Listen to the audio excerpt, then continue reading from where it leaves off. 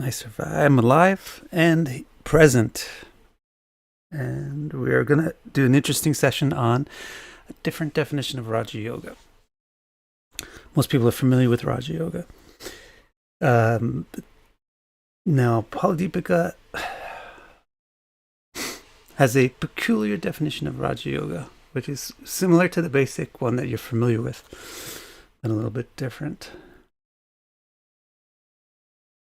So let's jump in and see what it's all about.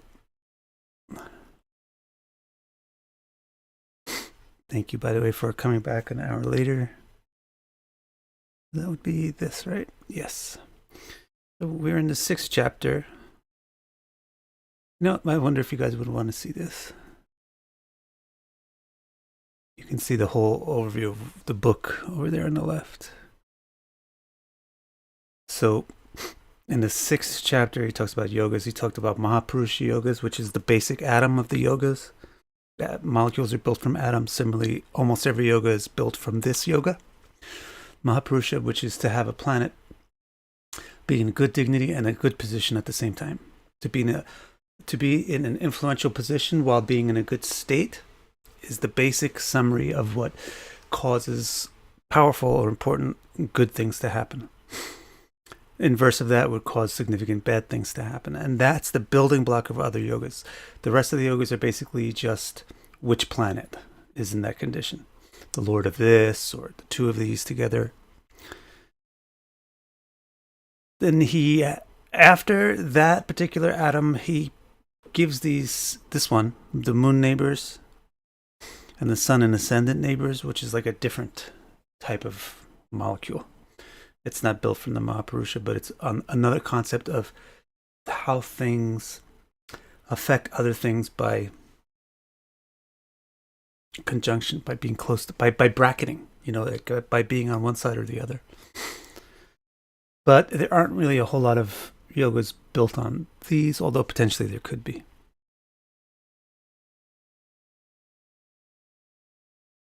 And then he talks about Mahabhagya, which is the male and female yoga, to have all the male, to be a male and have all the male factors in the chart line up, or to be a female and have all the female factors line up.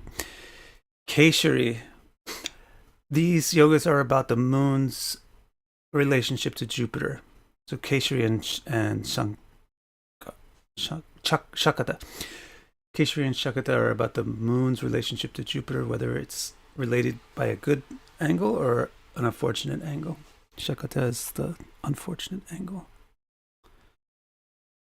Moon's angle to the sun he talked about. And then we have Shubha and Ashubha malas, how things can make strands through certain houses. Then he came to a section of the gods yogas. Here's where you really see Mahapurusha coming back to being the building block for yogas. He gave 6 yogas about gods. Where is it? Here's like the overview. Planets to signify divine qualities. So you remember that. If you want to know about that, you're like, oh, why is he going to skip this? We already have a live stream all about it. So just look back on the channel page to see where it is.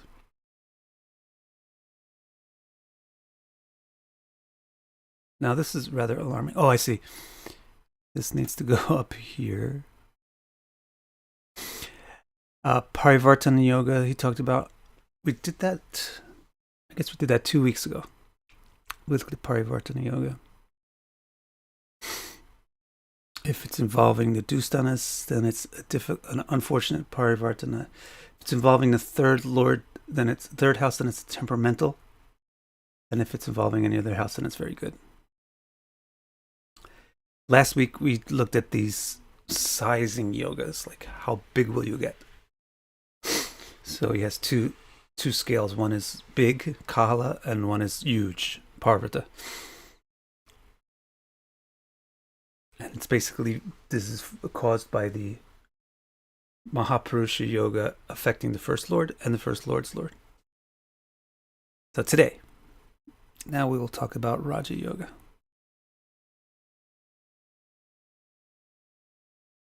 Back in your spot.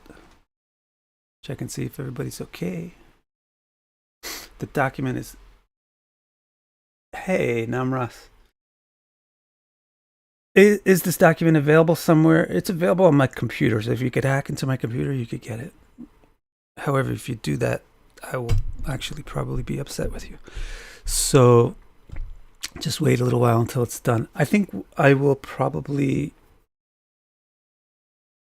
because the book is so huge, I'm thinking maybe I'll publish it in installments. And after and I think I may also publish 2 versions of it. One is like for the researcher with all the Sanskrit, and the other might be just for the reader. Anyway, it's not available yet, but this is the manuscript that will become the book that you will read. All right, so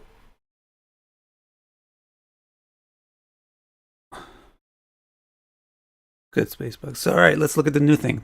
Different definition of Raj Yoga.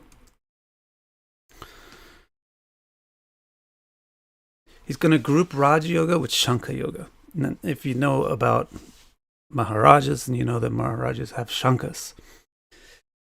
If you watch Mahabharata by B.R. Chopra, you notice that they blow conch shells when kings come in, and then they say, Maharaj, so-and-so, padari hai.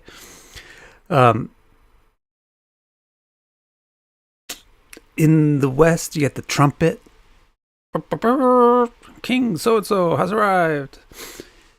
Basically, in the East or in India, Shank, or the conch shell, plays the role of the trumpet in the West, announcing the king.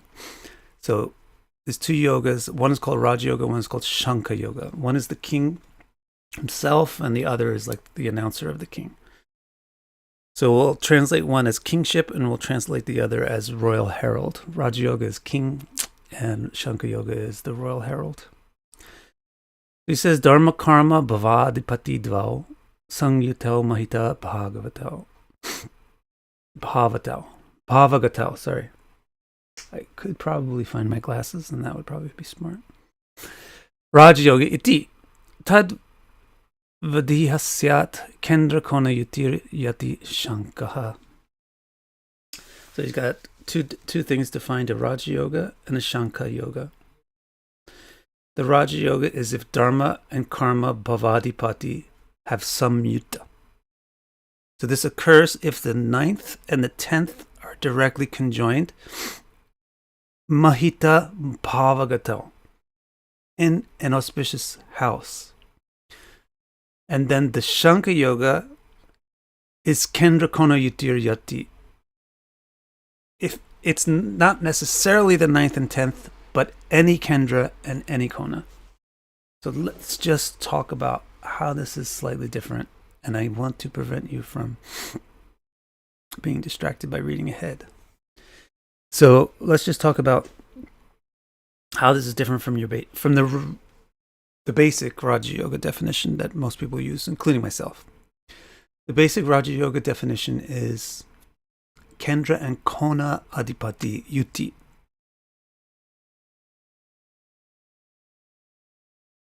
And Yuti is loosely defined. So, in other words, in English, if the lord of an angle interacts with the lord of a trine, it makes Raja Yoga.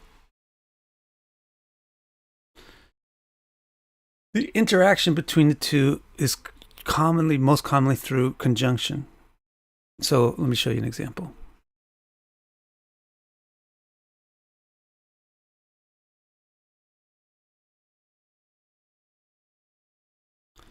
So here we're kind of locked in with the Capricorn ascendant. I could probably make other ascendants sometimes, so it's not so boring. All right, so let's make a Raja Yoga in this chart with the typical definition. First of all, you need a lord of a Kendra, and second of all, you need a lord of a Kona. So you need a lord of the center houses, the angles, and you need a lord of the trine houses. Which lords are on the table? Let's say Venus is on the table. Mercury, the 9th lord, is on the table. Saturn, the 1st lord, of course, is on the table. Then you also That also covers houses 1 and 10, owned by Saturn and Venus, and then the other two planets involved could be Mars or the Moon. So these 5 planets here, in a regular definition of Raja Yoga, they can form a Raja Yoga if they combine. Now, but you have to group them into 2.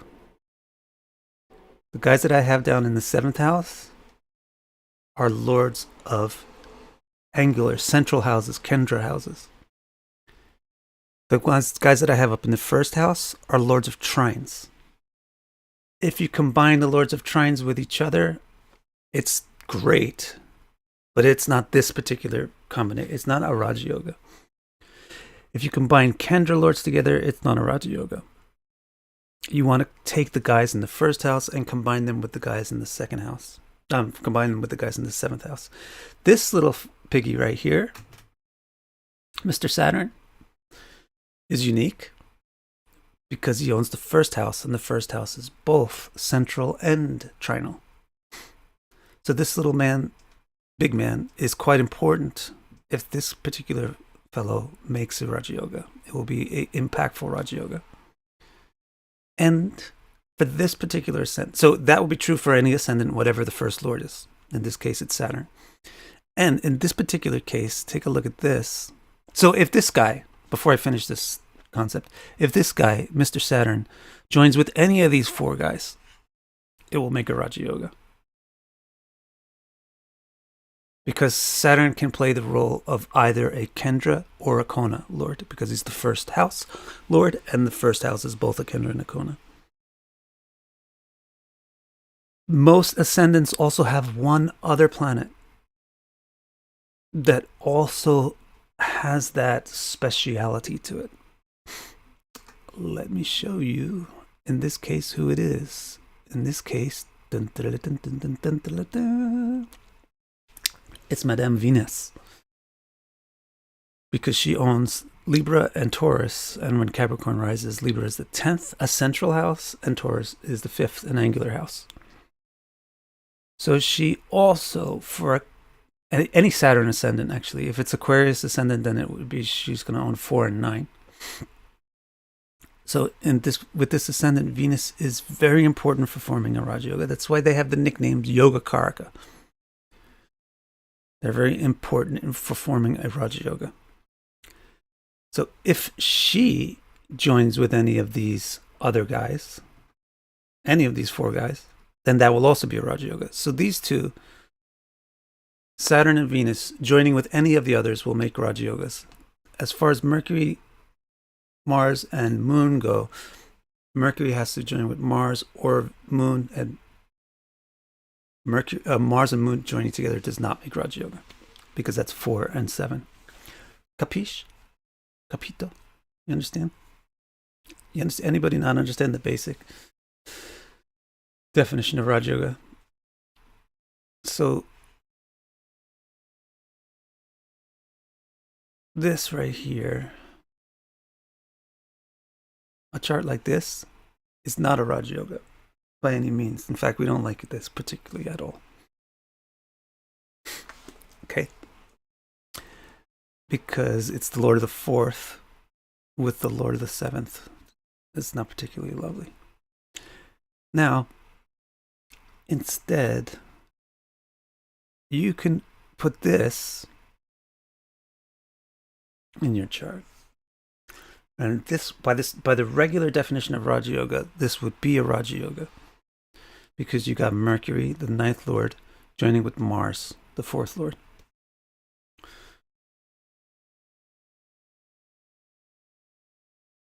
However, any non-bot astrologer would not make a big hullabaloo about this Raja Yoga because one of the planets involved is debilitated, Mars. And Mantreshwar goes so far as to say, in his definition, this is not a Raja Yoga. Let me just point you at that part.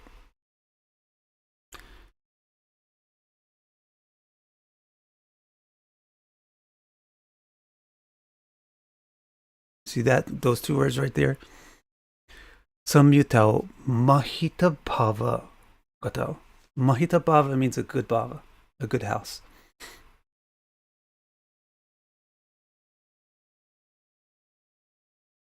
Eh. Actually, what this is prohibiting is something slightly different than what I showed you. What this is prohibiting is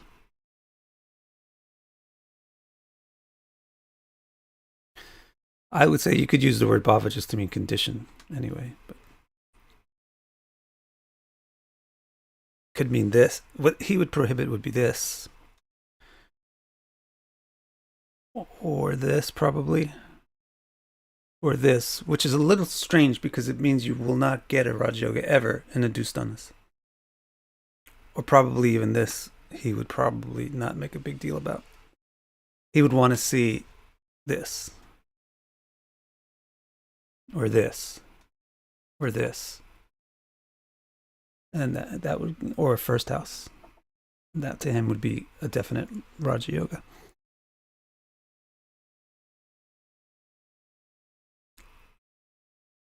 So, but actually, now look at what he's saying. What he's saying is Dharma Karma Bhavadipati. Now, what that means is also has a definite literal meaning and also could have an extended meaning. Like Bhava Gatal really means goes into an auspicious house, but Bhava means situation. So has an auspicious situation is also the meaning. So what he's saying is, if you have this chart, it's not really Mahita Bhava Gatal. Yeah. This is what he means. A good house for it. So this is not a good house for Mars. To be 7th and Cancer is not a good. Neither is good for Mars. Whereas this one, he might say, this is actually a good house for Mercury because it's his own house. So this could happen here for Mercury, and it's a good house for Mars. You'd have to talk to him, ask him a few questions about this to find out exactly what he's talking about, exactly what he means.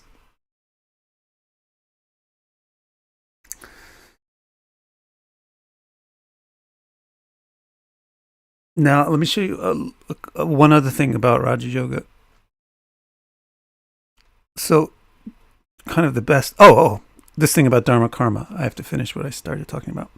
So, Dharma Karma. Dharma literally means what? What are you guys seeing on screen right now? Okay. Dharma literally means 9th house, and Karma literally means 10th house. Dharma Bhava is 9th, and Karma Bhava is 10th. So that's why it says Dharma Karma Bhava. Dharma Karma Bhava Adipati, the lords of those houses. Dval, the two of them. So he's being explicit, really. He's saying, I'm talking about two things. The Dharma house and the Karma house. The 9th house and the 10th house. Sanyutao, the two of them have a nice conjunction. And Mahita Bhava Gatal, both of them are in good houses. I wish I could interview him on what exactly he means on this yoga. The way that he's defined it. So what he's saying is you have to have Venus and Mercury for a Capricorn ascendant. These are the only guys that are going to form the yoga. This, for example, would form the yoga nicely. Which, by the way, if you want to do statistics, if anybody's very good with statistics, you tend to get this when the sun is in Scorpio or Libra or Virgo. So you could look and see at that time of the year if there's a predominance of Capricorn, rich, wealthy, successful, famous people. If you have access to all those kind of computing and statistical analysis. Okay, but most people say, and not just most people on YouTube or anything, most other books and everything say that the Dharma houses are the trines and the karma houses are the kona, the kendras, the central houses. So most people say, like the way that I showed you 2 minutes ago, if any lord of the kendra joins with any lord of the trine, it will be a Raj Yoga. You could kind of twist it so that he's saying the same thing, except he comes up and says that other thing that you're talking about is not a Raj Yoga, it's called something else, a Shanka Yoga. It's the next thing that he says. Let me check and see if you guys are asking any questions. Ladislav says, the house is different from sign. No, actually, no. The answer is no. The house is not different from the sign. This is the difference depending on your theoretical outlook. If your theoretical outlook is that we should use dynamic houses, Bhavachalit, which would be Shripati, aka Porphyry, etc., the Campanus, Placidius, etc., then you don't think that the signs are identical to the houses. But if you have the original state of mind or the original viewpoint, the original astrological viewpoint is that the signs are the houses in how they relate to the earth at a location. The houses are the way that the signs relate to a specific location at a specific time. So because I'm born in New York at 7:30 at the end of July, Capricorn will be in the east. But if I was born at the same time in California, it would have been Sagittarius or something else. I actually don't know exactly how the mechanics work. So the way that the signs relate to the earth where you are makes the houses. This is why there's 12 of them. Otherwise, there's no really compelling reason why you should make 12 houses. The reason why there's 12 houses is because there's 12 signs, and the houses are the signs in relation to the earth. The theory of dynamic houses arises later on when people said, well, it's all about the eastern horizon and the apex point. That the apex point is so important. The highest point in the sky is so important. So let's actually make it the 30 degrees of space around the eastern horizon instead of just the sign. So if you have 1 degree Capricorn rising in the east, Capricorn's your first house, it's going to go all the way down 29 degrees below ground. But the symbolism of the second house, so it's going to physically be where the symbolism of the second house is. So astrologers thinking of this, they wanted to try a different way of doing it. They wanted to say, let's actually pin the second house to that specific area. Don't let it vary by 30 degrees. Just put it exactly there.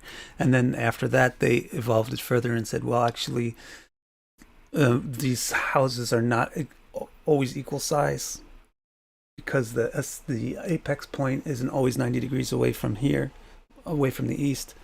So you can research this. Chris Brennan's channel, the Astrology Podcast, look on that a couple of weeks ago. He had a guest on who did a 2-hour explanation of house systems, which was impeccable. But the way that we simple folk from ancient times do it is we make the signs create the houses.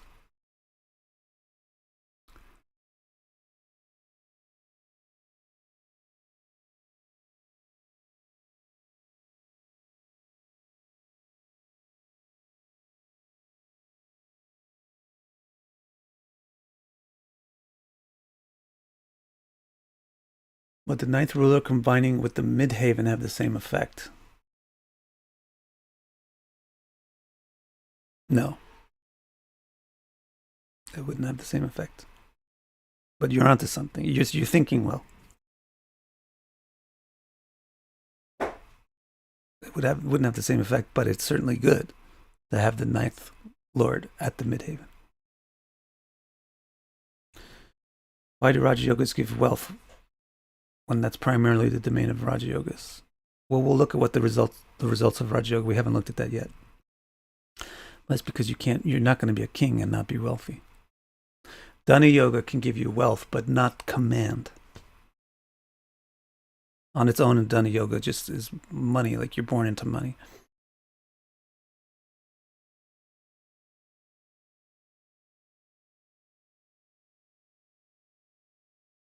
Why do Dr. Gaurav Singhal, why do Viparit Raja Yoga and Nichbanga Raja Yoga give wealth when they don't qualify as Dana Yogas by definition? I don't know. Maybe that's not. We didn't even talk about any of that stuff. Why do Viparit Raja Yoga and Nichbanga Raja Yoga give wealth? Well, again, if it's a Raja Yoga, wealth is assumed, and we'll explain why when we talk about the results, which are in the next text, which we're going to talk about today. Using Vedic aspects, this is a question that I did want to talk about. Jonathan Henkel. Will planets generate Raj Yogas even if they are only partially influencing each other, like 100% aspect of Jupiter and 40% aspect of Mars? 40%, not really. You want to have a pretty palpable aspect, which generally is 3/4 or more, or in other words, 75% or more.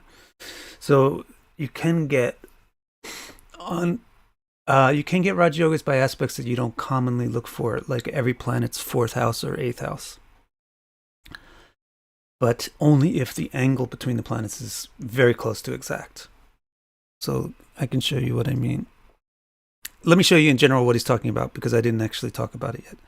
So we've been looking at Raj Yogas by Sun Yukti, which means conjunction. But another meaning, the purpose of the word sang, or the purpose of the prefix sang on Yukti, on Yuti, can encompass these other ways of planets joining up together. So, I mean, this is not possible, so let's use different planets. And that's kind of ugly. Let's do this. Let's do this. This is, no, that won't work. Let's do something. I'll explain why it works. Here, you may have a Raj Yoga. It's not as clear cut. This is a Raj Yoga, we know. I would advise you that this, or something like this, is not is bad choice of planets. This is not a Raj Yoga, because there's a planet in between the two. The Raj Yoga would form between Saturn and Venus, but if Jupiter gets in the middle of them, it's not the Yukti, or the Samyukti. Anyhow, this is clearly a Raj Yoga, right? But what about this? This may be. If every planet can aspect the 7th house from it, so it probably is a Raj Yoga. But if this is at a very early degree, and this is at a very late degree, then Saturn will wind up in Venus's 6th position, or close to Venus's 6th position, which means close to no aspect. So you want to see the degrees and make sure that they're actually pretty close to actually 180 degrees. And that is also considered samyuti, when they mutually aspect each other. And then his question here, Jonathan's question is, how much is enough? Like if Saturn is just here and Venus is just here, Saturn is a little bit early, like 10 degrees of Capricorn, and Venus is a little bit late, like 20 degrees of Cancer, then that's going to be 20 degrees off, right? That would be Saturn would be 160 degrees away from Venus. No. That's 10 degrees off. They're 5 off the middle. If Saturn is at 10 instead of 15, okay. Let's say they're both at 15 degrees of their sign. Then they have 100% aspect on each other. And if this is baffling you, look through my channel. I have a video about Vedic aspects and how to really do them like this. If they're both at 15 degrees, then they both have perfect aspect on each other. If you move Venus 5 degrees later, and Saturn 5 degrees earlier, then they're going to be 10 degrees out of alignment. That's going to be okay for Saturn's effect on Venus because the 8th house is still strong aspect. It's still 3/4 of an aspect. But it's not really going to be okay for Venus's influence on Saturn because it's moving Saturn towards Venus's 6th house, and 6th house is blind. 0% aspect. So this will diminish by 10 out of 30, by 1/3. So you'll take away 33%. So this would be 66% aspect, which is a little weak. So you want to see around 70% or 3/4 of an aspect, which can form like this, by the way. Most people won't really be alert to this. But this is a huge mutual aspect if they're at the right degrees. Saturn, first of all, has a huge influence on the 10th. It has 100% aspect to the 10th house. So that's, you can easily see. Venus, like every other planet, has 3/4 aspect to its 4th. So, and it drops off swiftly to the 3rd, which is only 1/4, but it stays pretty strong going to the 5th, which is half. So if you got anywhere, Saturn is anywhere in the first half of Libra, it's going to be making a significant impact on Saturn. So it's going to be a mutual aspect. Hopefully that didn't go too esoteric, but you have to learn how aspects actually work. You can't just sit around doing, they're in 7th house from each other, or Jupiter does 5th and 9th too. You cannot do that. Please stop doing that. That is like noob, completely noob. Stop being noobs. You gotta level up and learn how the aspects actually work in Vedic astrology. If you want to do a crash course on that, find that video on my channel.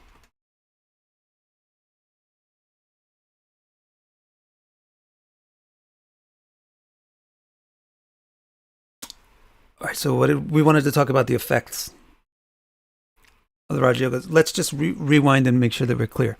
So here's what he says. Let's just rewind the definition and say it one more time.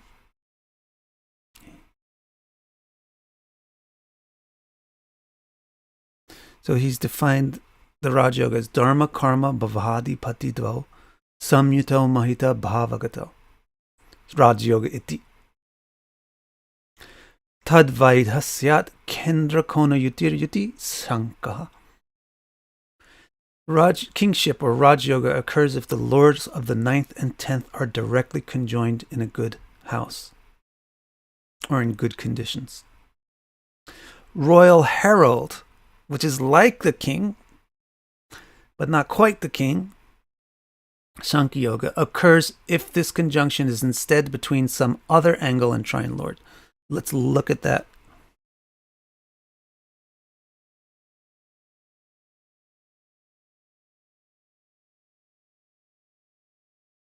So for this ascendant, Capricorn, this is kind of the only way. No. This is one way that you can get it. Right? I would question this. I may question this because Venus is debilitated. I would flag this one as potentially not so effective. Mercury is the 9th lord, Venus is the 10th lord, and they're joined, but they need to be in a good house. The 9th house is a good house, but I'm saying that it also includes the condition of the planet, which is dignity. I would say this might be okay, but it's not the greatest dignity for Mercury. This is good, especially provided Saturn's position is good. This is okay. This is good. This is probably good too, because they're kind of okay by dignity here. This one, not really, I would not count. All right, so that's what he's defining as a Raj Yoga. Now, what if, however, it's this? Most books, most astrologers would say that is definitely a huge Raj Yoga. But the way that he's worded it, he's going to call it Shanka Yoga. He's not going to call it Raja Yoga because there's no ninth lord involved. But there is the lord of another Kendra or Kona, the first lord. But this would be such an interstellar, galactic, superb Shanka Yoga because they're both in excellent dignity. And it's in such a prominent house. All right, so that's his definition of what the yogas look like on a chart. Now let's hear what his explanation of the effects are.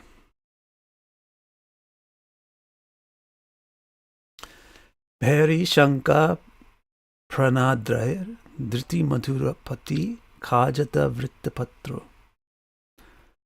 Hastyashvandolikadyaha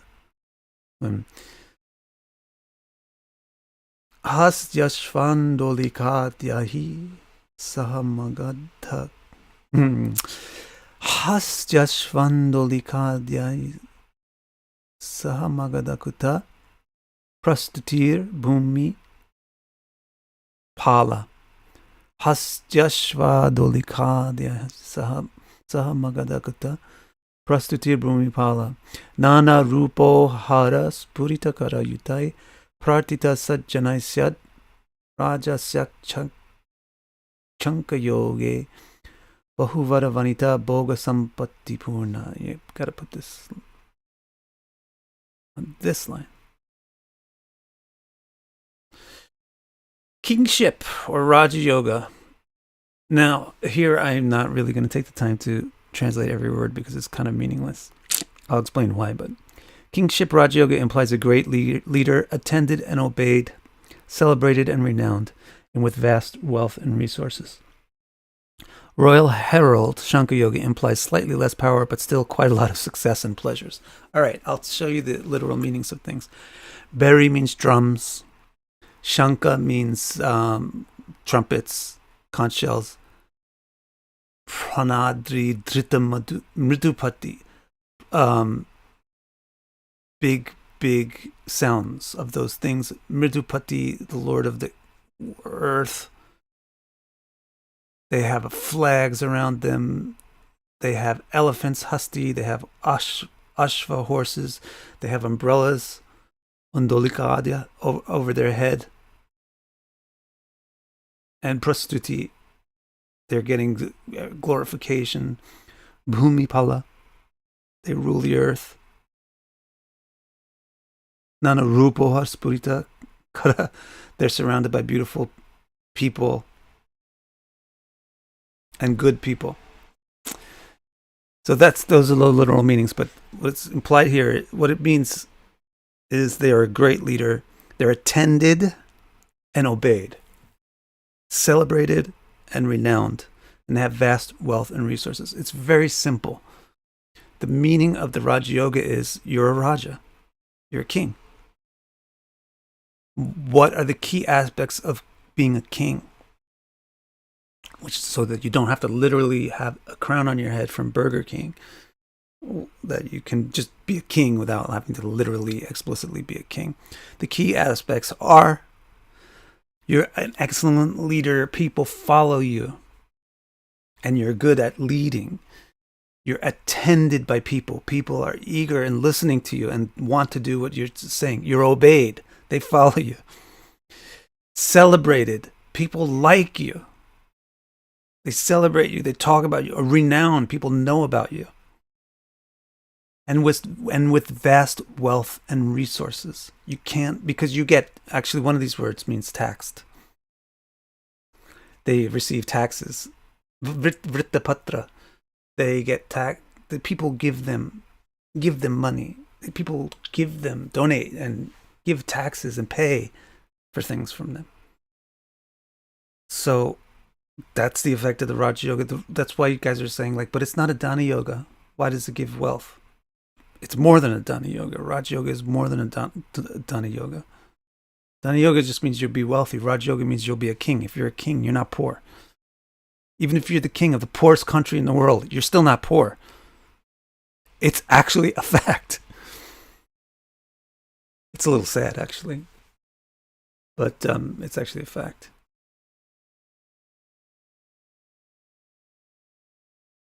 All right. So, because king has resources, resources means money, resources means wealth, resources means elephants and horses and all that stuff. So, drums and trumpets, that means that you're celebrated and renowned and famous. Then the royal herald, what he says with that is Chanka Yoge Bahuvara Vanita Bhoga Sampati Purna. You get all of the, mostly you get the good profits of the Raj Yoga without necessarily the kingship. You get a lot of pleasures. Bahuvara Vanita, very good women are enjoyed. Literally, it means, or very good wives are enjoyed.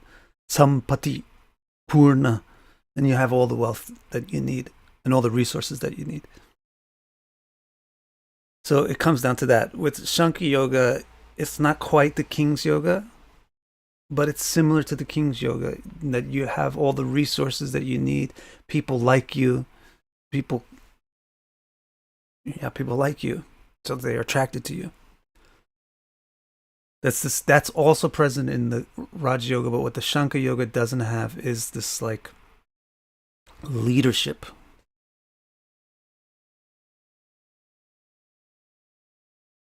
And it's probably because of not involving the 10th Lord primarily. So actually, this is a little different than the way that most books define Raja Yoga. Most books define Raja Yoga just as the way he's defining Shanka Yoga. But then they'll say you need to think about which houses are involved to understand the actual meaning of what's signified by the Raja Yoga. So it comes out to not be particularly different than the way he's saying it, because most classical astrologers will say a Raja Yoga between the 4th Lord and the 5th Lord is a person who's very virtuous, very intelligent, very devoted. Whereas a Raja Yoga between the 10th and the 9th, they will say they're very powerful. They're very forceful. They conquer the world. They receive tribute. So they are given quite different readings for the 4th and 5th and the 9th and 10th combinations, even though they're calling them both the same yoga. What Mantreshwar is doing here in Phaladipika is he's giving them actual different names. Alrighty, let's see if you got any questions. Let's see what you guys come up with. Alf is here.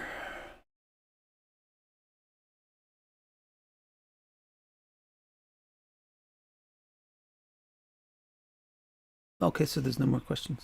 Thank you, Alf.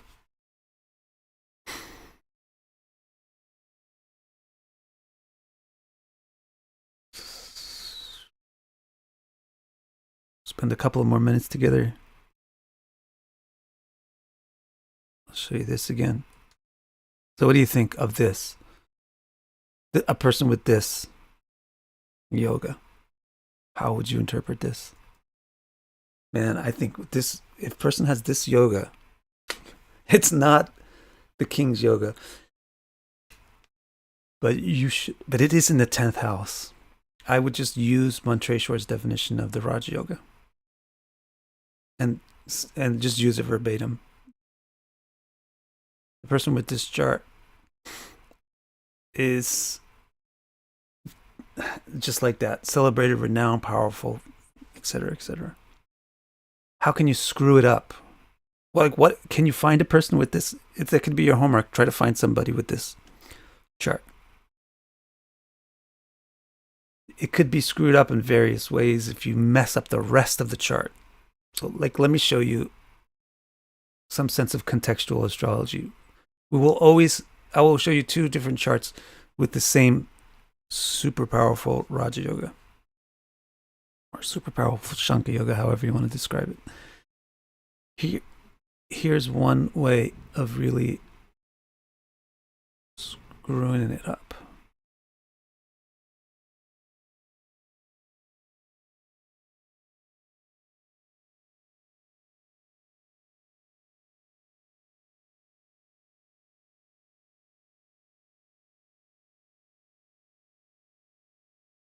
You see what I did?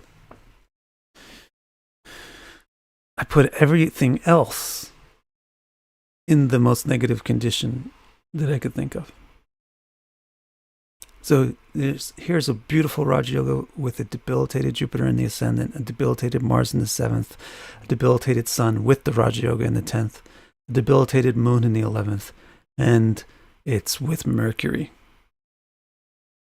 who's not thrilled to be in Scorpio and also gets a little bit weird when it gets close to the Moon. So that's one case of the Raj Yoga where if you found this chart and you're like, God, this person is not a great leader, respected by everybody, etc., it would have to be because you're only paying attention to the Raj Yoga. If you're confused by that, then it could only be because you have tunnel vision on the Raj Yoga and you're not seeing literally everything else in the chart. Anything else in the chart. On the other hand, let's move these guys out and reposition them.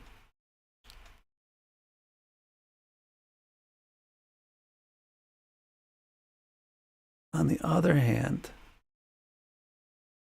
let's do this. Put Mercury in a good sign as close as it can be to the Sun. And do this. Mercury is a little problematic here.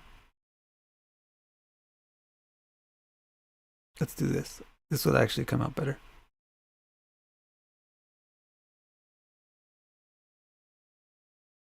This is nice. This is a half moon. You'll have an Ashtami with this. Probably an Ashtami if you get the degrees right. Now this looks like a chart of an avatar. This is the chart of a Vishnu avatar, probably. Like a Nrsimha. This is fantastic. Or a Parshuram.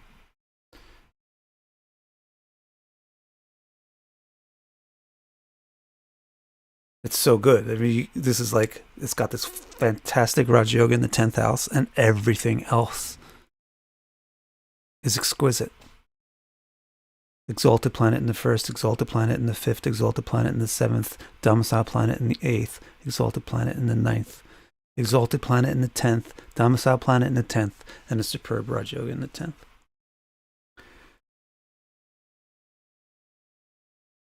So you see the difference. Don't just tunnel vision. You have to learn each individual part. You have to learn what a Raj Yoga is. You have to learn what dignity is, etc. You have to learn each individual chart, and you have to learn each individual part. But when you read a chart, you have to put all those parts together. Alrighty. That's all for today. Eddie asks, has it ever really happened? You can do, if you have the software Astro Gold, you can look it up and see if it ever happened. You could search for a condition over the last 5,000 years or so, or 10,000, however many you want, to see if this ever happened. It is feasible, but I don't know off the top of my head if it happened. If you do want to do that kind of research, don't enter all the data at once unless you have Harvard supercomputer. Just do Saturn and Jupiter in the right spot. And then within those, whenever you find Saturn and Jupiter in those spots, look for Mars also in the right spot. Then when you narrow down those possible date ranges, then look for the faster planets. All right, guys. God, this chart is so good.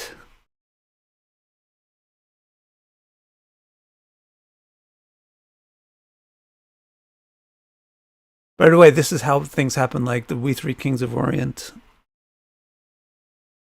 You know, we three kings of Orient are bearing gifts who travel far. The three Vedic astrologers or Persian astrologers who came looking for Jesus Christ. It's because they get a chart like this. Or, you know, they're calculating their planetary positions ahead and they're like, wow, look at this chart that's happening. Where's that going to happen? And then they go to the spot and they find the kid that's born at that time. They do this also, I think they do this in Tibet. They often will pre-calculate a chart and then go look for the person who has that chart. And if they find the person who has that chart, they just automatically give them a big position.